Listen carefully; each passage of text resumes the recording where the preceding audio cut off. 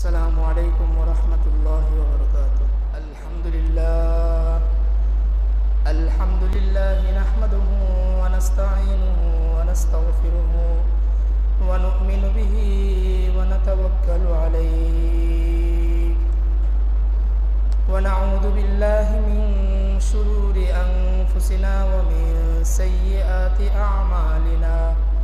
من يهده الله فلا مضل له ومن يضلله فلا هادي له ونشهد أن لا إله إلا الله وحده لا شريك له ونشهد أن سيدنا وسندنا وحبيبنا وحبيب قلوبنا ومولانا محمدا عبده ورسوله الذي أرسله إلى الناس كافة بشيرا ونذيرا وداعيا إلى الله بإذنه وسراجا منيرا. أما بعد فأعوذ بالله من الشيطان الرجيم. بسم الله الرحمن الرحيم. ومن يرتد منكم عن دينه فيمت وهو كافر فأولئك حبطت أعمالهم في الدنيا والآخرة وأولئك أصحاب النار هم فيها خالدون. وقال رسول الله صلى الله عليه وسلم كل بني آدم خطاء وخير خطائين تواب. وقال رسول الله صلى الله عليه وسلم التائب من الذنب كمن لا ذنب له أو كما قال عليه الصلاة والسلام. সকলে দুরূদ শরীফ পড়তে থাকি। اللهم صل على محمد وعلى آل محمد كما صليت على إبراهيم وعلى آل إبراهيم إنك حميد مجيد. اللهم بارك على محمد وعلى آل محمد كما باركت على إبراهيم وعلى آل إبراهيم إنك حميد مجيد. بلغ العلا بكماله كشف الدجى بجماله حسنت جميع خصاله صلوا عليه وآله اللهم صل وسلم وبارك عليه. আলহামদুলিল্লাহ, আল্লাহ পাক রব্বুল আলামিনের দরবারে লক্ষ কোটি শুকরিয়া যে মহান রব্বুল আলামিন আমাদেরকে দয়া করে, মায়া করে, মেহেরবানি করে, ভালোবেসে, করুণা করে আল্লাহ তাআলা তার প্রিয় ঘর মসজিদ আসার তৌফিক দান করেছেন। জুমার নামাজ আদায়ের উদ্দেশ্যে এখানে একত্রিত হওয়ার তৌফিক দান করেছেন। আল্লাহ রাব্বুল আলামিনের দরবারে অসংখ্য অগণিত নিয়ামতের মধ্য থেকে আমাদেরকে একটি মহামান্বিত নিয়ামত আল্লাহ রাব্বুল আলামিন দান করেছেন। এই জন্য অন্তরের অন্তঃস্থল থেকে শুকরিয়া জ্ঞাপন করে বলি আলহামদুলিল্লাহ। শুকরিয়া যত বেশি আদায় করা হবে আল্লাহ তাআলা নিয়ামত সেই বান্দার জন্য তত বেশি বৃদ্ধি করে দিবেন। আল্লাহ তাআলার ফরমান এমনই। কোরআনে কারীমের মধ্যে আল্লাহ তাআলা ইরশাদ করেন লা ইন শাকারতুম লা আযীদান্নাকুম, যদি আমার বান্দাদের মধ্য থেকে যারা তোমরা যদি আমার নিয়ামতের শুকরিয়া আদায় করো, কৃতজ্ঞ হও, আমি তোমাদেরকে যা দিলাম এটা তোমরা গ্রহণ করে যদি কৃতজ্ঞ হও, সন্তুষ্ট চিত্তে কৃতজ্ঞ হও, লা আযীদান্নাকুম, তাহলে এই আরেকটা সুসংবাদ তোমরা জেনে রাখো যে তোমাদের জন্য যে নিয়ামতের জন্য তোমরা শুকরিয়া জ্ঞাপন করেছো আমি আল্লাহ তোমাদের জন্য নিয়ামতকে আরও বৃদ্ধি করে দেব। ওয়ালাইন কাফারতুম, আর যদি তোমরা আমার নিয়ামতের নাশক্রিয়া করো, অস্বীকার করো, নিয়ামতকে নিয়ামত মনে করো না, নিয়ামত এত এত নিয়ামত দিয়ে রাখলাম, চিন্তা ভাবনা করলে না কখনো এই নিয়ামত কত দাম, এর মূল্যায়ন করতে পারলা না, এর মূল্যায়ন না করে তুমি একে অস্বীকার করলা, তাহলে ওয়ালা ইন কাফারতুম ইন্না আযাবি লাশাদীদ, তাহলে শুনে রাখো তোমার জন্য রয়েছে কঠিন যন্ত্রণাদায়ক শাস্তি। তো আল্লাহ রাব্বুল আলামিন এরকম প্রতি সপ্তাহের মতো আমাদেরকে মসজিদে একত্রিত করার তৌফিক দিয়েছেন আজকে।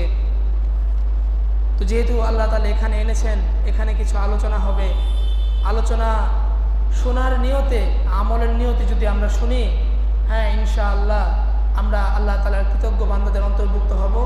আল্লাহ তাআলা আমাদেরকে আরও বেশি করে এই সমস্ত মজমায় ভালো ভালো কাজে আমাদের শরীক থাকার তৌফিক দান। সম্মানিত উপস্থিতি, আজকে আপনাদের সামনে একটি আয়াত তেলাওয়াত করেছি, যে আয়াতের মধ্যে আল্লাহ রাব্বুল আলামিন যারা মুরতাদ, যারা মুসলমান ছিল কিন্তু পরবর্তীতে তারা মুরতাদ হয়ে গেছে, কাফের হয়ে গেছে, আল্লাহর উপর আল্লাহ তাআলার বিশ্বাস থেকে তারা বের হয়ে গেছে, কালিমার যে বাণী, তাওহীদের যে বাণী, সে বাণীর গণ্ডি থেকে তারা বের হয়ে গেছে, এই সমস্ত ব্যক্তিরা যারা মুরতাদ, তাদের ব্যাপারে আল্লাহ তাআলার কঠিন হুঁশিয়ারি। এবং আল্লাহ রাব্বুল আলামিন সাধারণ ব্যক্তিদের জন্য তাদের কিছু সুসংবাদের কথাও আল্লাহ তাআলা হাদিসের মধ্যে ইরশাদ করেন, বিভিন্ন আয়াতের মধ্যে আল্লাহ তাআলা ইরশাদ করেছেন। পাশাপাশি রাসূল করিম সাল্লাল্লাহু আলাইহি ওয়াসাল্লামের মুখনিসৃত হাদিস থেকে কিছু হাদিস আমি আপনাদের সামনে আলোচনায় এনেছি। এই হাদিসেও আল্লাহ রাব্বুল আলামিন যারা তওবাকারী, যারা গুনাহ করার পর তওবা করে, তাদের ব্যাপারে আল্লাহ তাআলা কী কী সুসংবাদ দিয়েছেন, ইনশাআল্লাহ আল্লাহ রাব্বুল আলামিন যদি তৌফিক দান করেন তাহলে এই বিষয়ে আপনাদের সম্মুখে কিঞ্চিত পরিমাণ আলোকপাত করার চেষ্টা করবেন ইনশাআল্লাহ।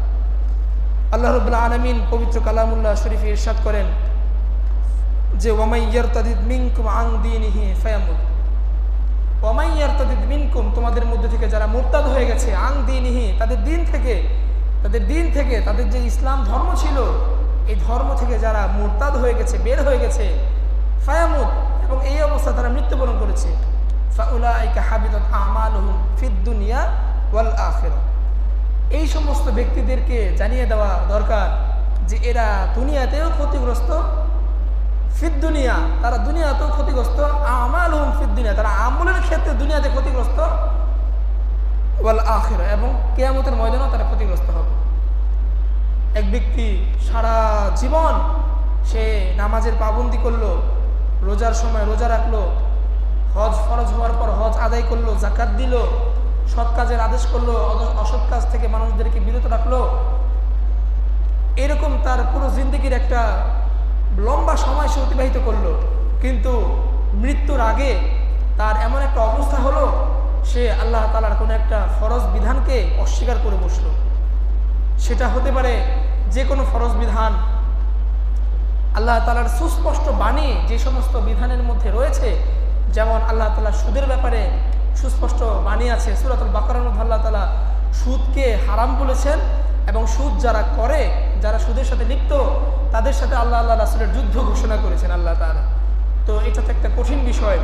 এবং যারা আল্লাহ তাআলার বর্ণিত প্রকাশ্য হারাম বস্তু থেকে যারা বিরত থাকে না, এবং বিরত তো থাকেই না, এটা যে হারাম, এটার ব্যাপারে আল্লাহ তাআলার আদিষ্ট, আল্লাহ তাআলার আদেশ আছে যে এটার থেকে বিরত থাকতে হবে, এটাকে সে তোয়াক্কা করলো না, সেটাকে অস্বীকার করলো, তাহলে এই ব্যক্তি ইসলামের একটা ফরজ বিধানকে অস্বীকার করার কারণে সে ব্যক্তি মুরতাদ হয়ে গেল। এই উদাহরণটা কেমন, মুফাসসিরিনে কেরাম খুব সুন্দরভাবে একটা আলোকপাত করেছেন যে আমরা জানি অজুর ফরজ কয়টা, অজুর ফরজ হলো 4টা, সমস্ত মুখ ধোয়া, মুখমণ্ডল পূর্ণ ধৌত করা, এরপর উভয় হাতের কোনোই পর্যন্ত ধৌত করা, 2 নাম্বার, 3 নাম্বার মাথা, সমস্ত মাথা মাসে করা, 4 ভাগের 1 ভাগ মাসে করা, এরপর উভয় পায়ের টাকনু সহ ধৌত করা। এই 4টা ফরজ, অজুর ফরজ, এটা আলহামদুলিল্লাহ আমাদের সকলেরই জানা। তো উদাহরণস্বরূপ এটা বলা দরকার যে কোনো ব্যক্তি অজুর মধ্যে সে কোনো কারণবশত সে কুলি করলো না, অথবা নাকে পানি দিল না, অথবা অজুর মধ্যে যে সমস্ত কাজসমূহ সুন্নত আছে বা মুস্তাহাব, এই রোকনগুলোর কোনো একটাকে সে তরক করলো, চাই ইচ্ছাকৃত হোক বা অনিচ্ছাকৃত হোক। ইচ্ছাকৃত হলে তার অজুর পূর্ণতা লাভ করবে না, অজু সহি হয়ে যাবে কিন্তু অজুর পূর্ণতা লাভ করবে না। এই অজুর ধারা তার জন্য যে ফজিলত বর্ণিত ছিল, তার জন্য যেই পুরস্কার ছিল, সে সেই পুরস্কার থেকে বঞ্চিত হবে।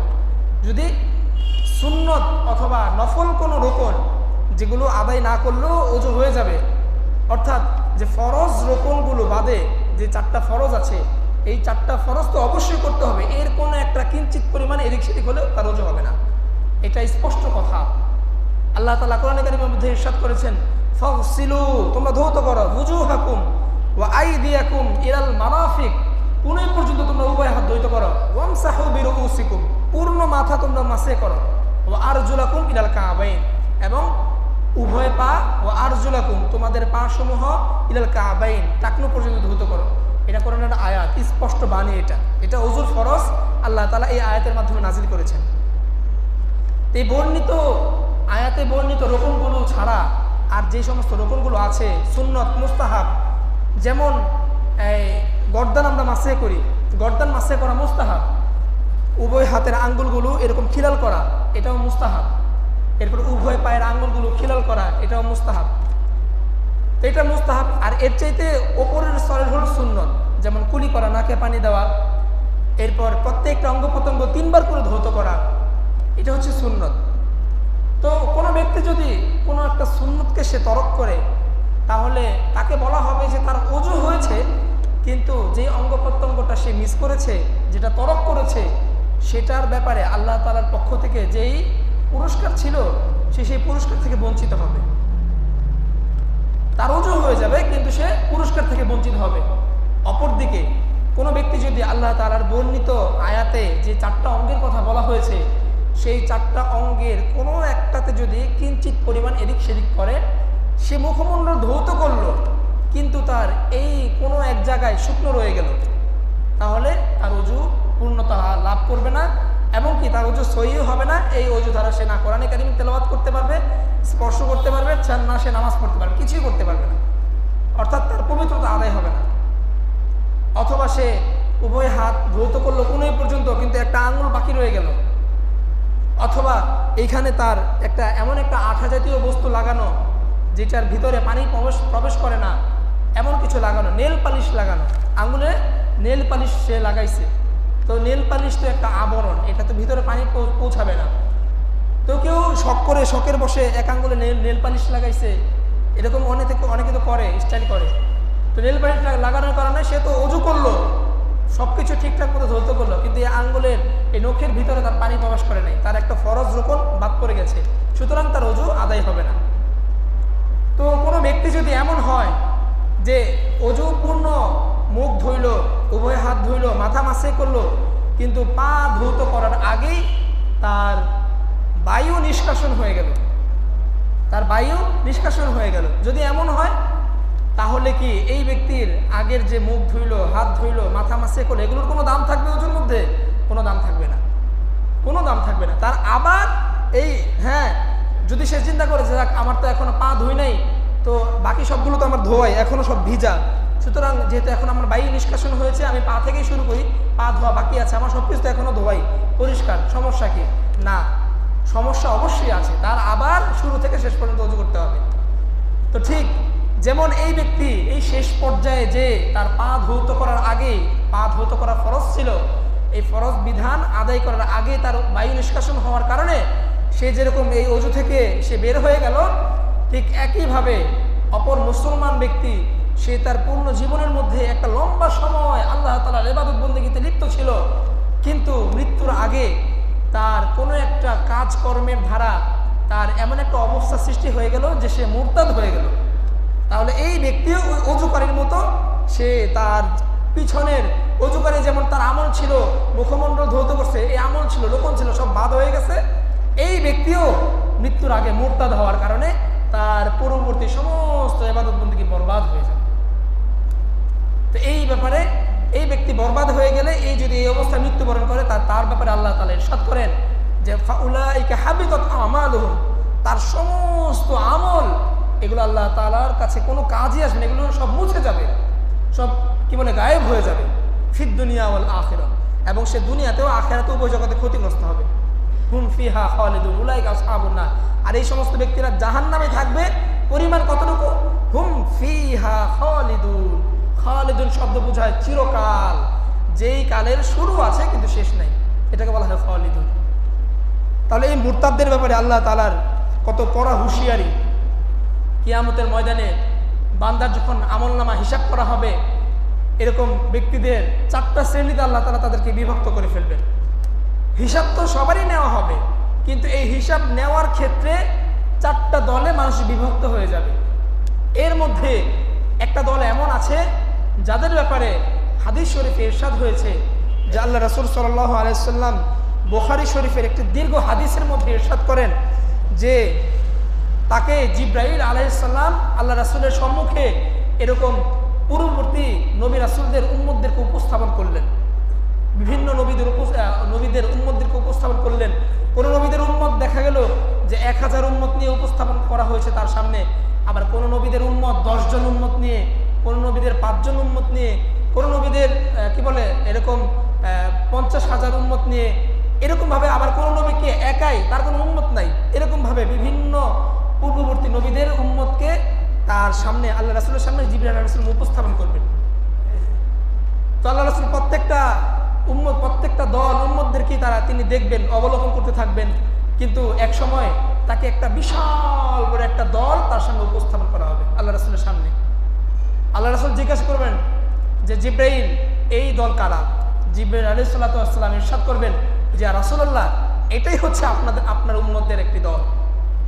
তো তখন আল্লাহ রাসূল সাল্লাল্লাহু আলাইহি ওয়াসাল্লাম বললেন যে আমি অবলোকন করলাম সেই দলের মধ্যে 70,000 এরকম ব্যক্তি রয়েছে, যারা এমন ব্যক্তি তাদের ব্যাপারে আল্লাহ তাআলার ইরশাদ হলো এরা বিনা হিসাবে জান্নাতে চলে যাবে। এই হাদিসের মধ্যে অন্য এক বর্ণনায় এই একই হাদিসে হযরত ওমর রাদিয়াল্লাহু তাআলা আনহু জিজ্ঞাসা করলেন, ইয়া রাসূলুল্লাহ, আল্লাহ তাআলা যখন আপনাকে এরকম এই 70,000 মানুষকে বিনা হিসাবে জান্নাতে যাওয়ার একটা পুরস্কার দিয়েছেন, আপনি কি আল্লাহ তাআলার কাছে আর কোনো কিছু দাবি করেন নাই?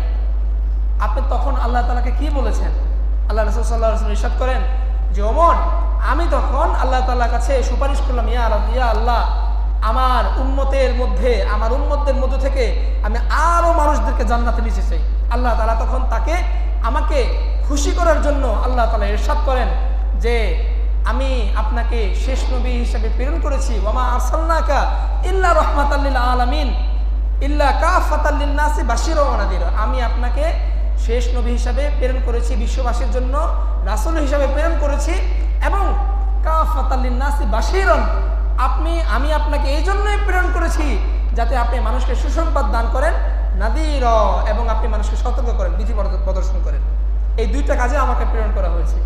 তো এই মধ্যে একটা সুসংবাদ তোমাদেরকে দেওয়া হয়েছে যে আল্লাহ তাআলা আমার উম্মতদের মধ্যে 70,000 মানুষকে বিনা হিসাবে জান্নাত দান করবেন।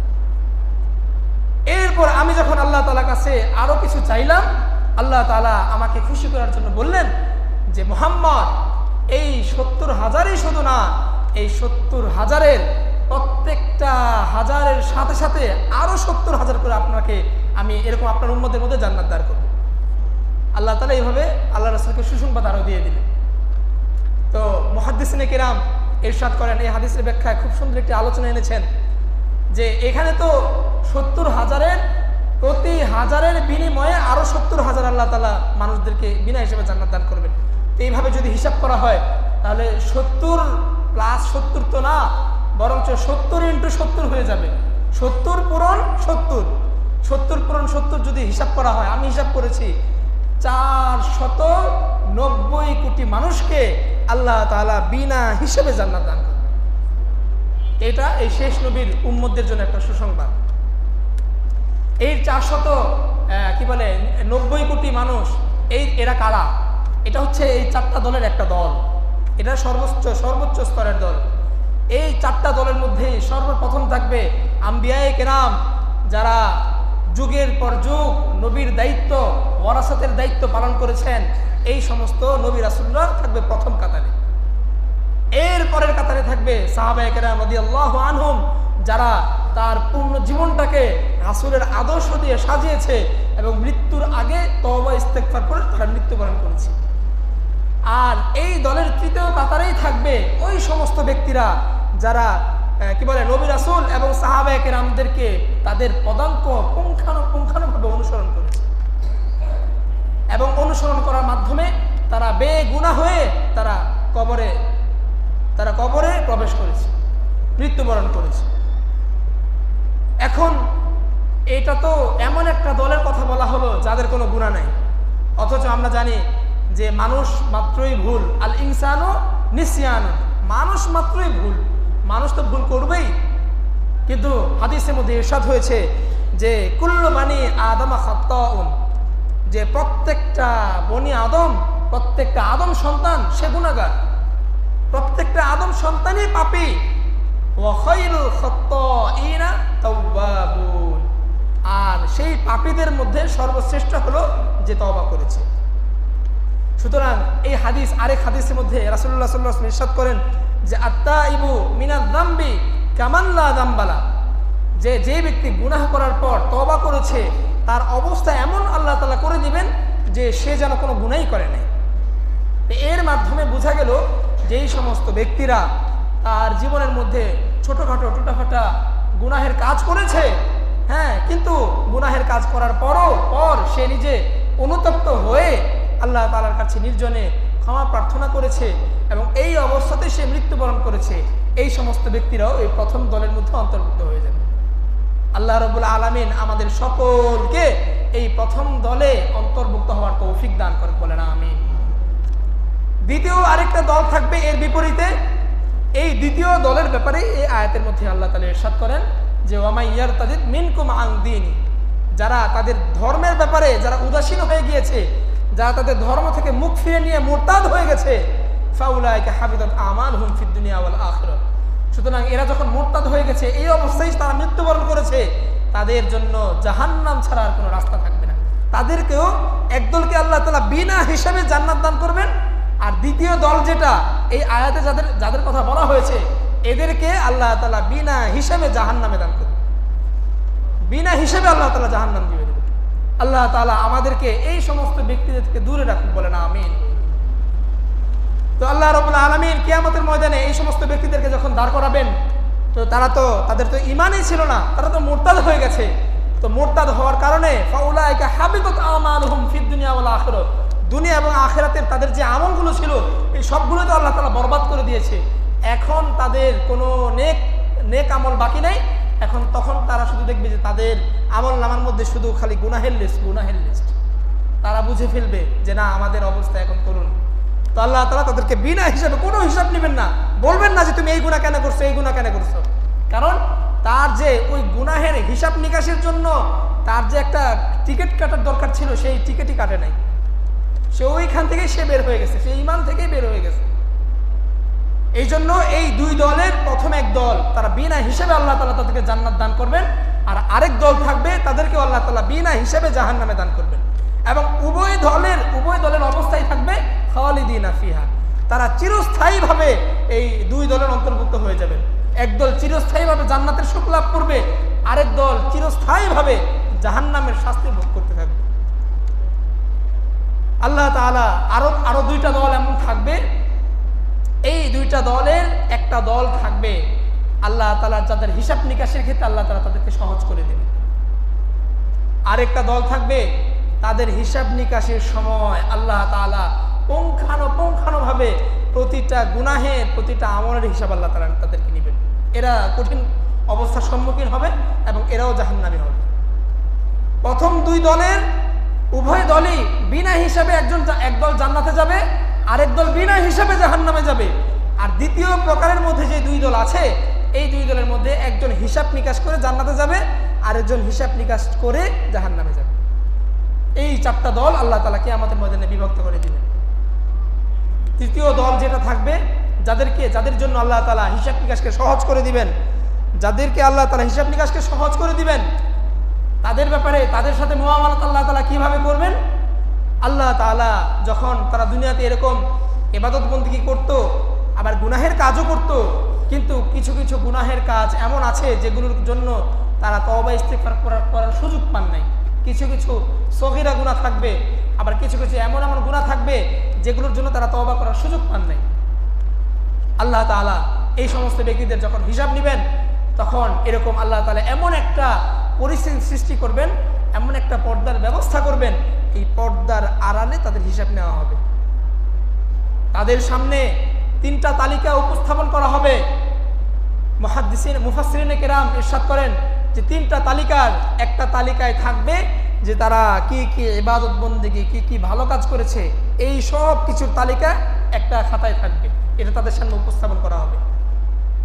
আরেকটা তালিকা এমন থাকবে যেই তালিকার মধ্যে শুধু গুনাহের কাজ আর গুনাহের কাজ, গুনাহের কাজ আর গুনাহের কাজ, এই দুই তালিকা একসাথে উপস্থাপন করা হবে। তার পাশাপাশি তৃতীয় আরেকটি তালিকা উপস্থাপন করা হবে, যেই তালিকার মধ্যে আল্লাহ তাআলা এই ব্যক্তিকে কি কি নিয়ামত দান করেছেন দুনিয়াতে, এই নিয়ামতের একটা তালিকা দেওয়া হবে। এই তিনটা তালিকা আল্লাহ তাআলা যার সাথে সহজ মুআমালাত করবেন, যাকে আল্লাহ তাআলা মাফ করে দিতে চাইবেন, তার সামনে এই তিনটা তালিকা উপস্থাপন করবেন। তালিকা উপস্থাপন করার পর আল্লাহ তাআলা বলবেন যে তোমার এই, সে যখন দেখবে যে তার ইবাদত বন্দেগীর তালিকা, সে তো আনন্দিত হয়ে যাবে যে আমার ইবাদত বন্দেগীর তালিকায় আমার অনেক আমল আছে। এরপর যখন তার সামনে এই নিয়ামতের তালিকা উপস্থাপন করা হবে, আল্লাহ তাআলা বলবে যে এটা তো আমার তোমার ইবাদতের তালিকা, আর এটা তো আমার পক্ষ থেকে নিয়ামতের তালিকা। সুতরাং আমি যে তোমাকে দুনিয়াতে একটা চোখের নিয়ামত দিয়েছিলাম, আমার সেই চোখের নিয়ামতের মূল্য কি তোমার এই ইবাদতের তালিকা দিয়ে তুমি পূর্ণ করতে পারবে? আল্লাহ তাআলা কিয়ামতের ময়দানে তাকে জিজ্ঞেস করবে পর্দার আড়ালে। এখন পর্দার আড়ালে পর্দা কিরকম পর্দা হতে পারে সেটা আল্লাহ তাআলার শান অনুযায়ী হবে। মুফাসসিরিনে কেরাম সুন্দর একটা উদাহরণও দিয়েছেন যে ধরেন কেউ কোনো ব্যক্তি যদি সে আমেরিকায় আছে, আরেকজন ব্যক্তি সে বাংলাদেশে, উভয় ব্যক্তি রাতের আকাশে যখন সে আকাশের দিকে তাকাবে, উভয়ই সে চন্দ্রকে দেখতে পাবে। উভয়ই চন্দ্রকে, আমেরিকার মানুষও রাতের বেলা চন্দ্র দেখে আর বাংলাদেশের মানুষও রাতের বেলা চন্দ্র দেখে। ইন্ডিয়ার মানুষও রাতের বেলা চন্দ্র দেখে, বাংলাদেশের মানুষও রাতের বেলা চন্দ্র দেখবে। কিন্তু ইন্ডিয়া আর বাংলাদেশের এই দুই ব্যক্তি একজন অপরজনকে দেখে না। একজন অপরজনকে দুইজন দেখে না, কিন্তু উভয়জনই চন্দ্রকে দেখে। এটা একটা উদাহরণ দিয়েছেন। কিয়ামতের ময়দানে হয়তো এমন অবস্থা সৃষ্টি হবে, আল্লাহ তাআলাকে সকলেই দেখবে কিন্তু কেউ কাউকে দেখবে না। এটাই হচ্ছে এক ধরনের পর্দা। এরকম ব্যবস্থা আল্লাহ তাআলা করে দিবেন। তো তখন আল্লাহ তাআলা এরকম হিসাব নিকাশ যখন নেবেন, আল্লাহ তাআলার সামনে যখন এইভাবে সে তার আমলকে, ইবাদত বন্দেগীকে নিয়ামতের সাথে তুলনা করবেন, সে বুঝে ফেলবে হায় হায়, আজকে তো আমার জন্য কোনো পার পাওয়ার সুযোগ নাই। অপরদিকে তার গুনাহের খাতা এখনো তার সামনে হাজির, এটা এখনো মুআমালাত হয় নাই, এটার হিসাব নিকাশ এখনো শুরু হয় নাই। তখন সে মনক্ষুণ্ণ অবস্থায় আবেগপ্রুত হয়ে আল্লাহ তাআলা তাকে জিজ্ঞাসা করবেন, যাও আমি তোমার এই নিয়ামতের ধারা, এই নিয়ামতের পরিবর্তে তোমার এই আমল নামাগুলোকে কি বলে রূপান্তর মোকাবেলায় করে নিলাম, একটার পরিবর্তে আরেকটা করে আমি তোমার এগুলো হিসাব নিকাশ করে নিলাম। এখন গুনাহের হিসাব কিভাবে দিবা? বান্দা সে তখন বুঝে ফেলবে যে হায়, আজকের এই অবস্থায় আমার জন্য আর তো কোনো রাস্তাই ছিল না। যে রাস্তা ছিল একটা আমলনামার রাস্তা, একটা আমলনামার তালিকা, সে আমলনামা তো নিয়ামত দিয়ে কাটছাট হয়ে গেল। এখন এই গুনাহের তালিকা নিয়ে আমি কি হবে আমার? সে আল্লাহ তাআলার দরবারে এমনভাবে নিজেকে উপস্থাপন করবে বিনয়ের সাথে, হ্যাঁ, কন্দনরত অবস্থায়। আল্লাহ তাআলা তখন তাকে উদ্দেশ্য করে বলবেন, যাও আজকের এই পর্দার আড়ালে আমি আর তুমি, এইখানে তো আর আমাকে আর তোমাকে ছাড়া আর কেউ নাই। আজকে আমি আমার নিয়ামতের পরিবর্তে তোমার ইবাদত বন্দেগীও কাটছাট করে নিলাম, এবং আমি আল্লাহ দয়া করে তোমার সমস্ত গুনাহ মাফ করে তোমাকে জান্নাত দান করলাম। আল্লাহ তাআলা আমাদেরকে এই তৃতীয় দলের ব্যক্তিদের অন্তর্ভুক্ত হওয়ার তৌফিক দান করুক, বলেন আমিন। চতুর্থ আরেক দল ব্যক্তি থাকবে, সংক্ষেপে কথা, চতুর্থ আরেক দল থাকবে, তারা এরকম, তাদেরকে হিসাব নিকাশ নেওয়া হবে, কড়া হিসাব নেওয়া হবে। তাদের সামনেও এরকম নিয়ামতের হিসাব নেওয়া হবে, আমলনামার হিসাব নেওয়া হবে, গুনাহের হিসাব নেওয়া হবে, উপস্থাপন করা হবে। নিয়ামতের আর আমলনামার হিসাব কাটছাট করে গুনাহের হিসাব যখন নেওয়া হবে, আল্লাহ তাআলার প্রতিটা গুনাহ লিস্টের মধ্যে যা যা গুনাহ সে করেছে প্রত্যেকটা গুনাহের জন্য তাকে জিজ্ঞাসাবাদ করা হবে, কেন করেছিলে, কেন করেছিলে। তো সেই দিন তার জন্য হিসাব কঠিন হয়ে যাবে এবং আল্লাহ তাআলা তাকে এই হিসাব নেওয়ার পর তাকে জাহান্নামে দান করবে। আল্লাহ তাআলা আমাদেরকে এই চতুর্থ দল থেকেও আল্লাহ তাআলা আমাদেরকে হেফাজত করুক, বলেন আমিন।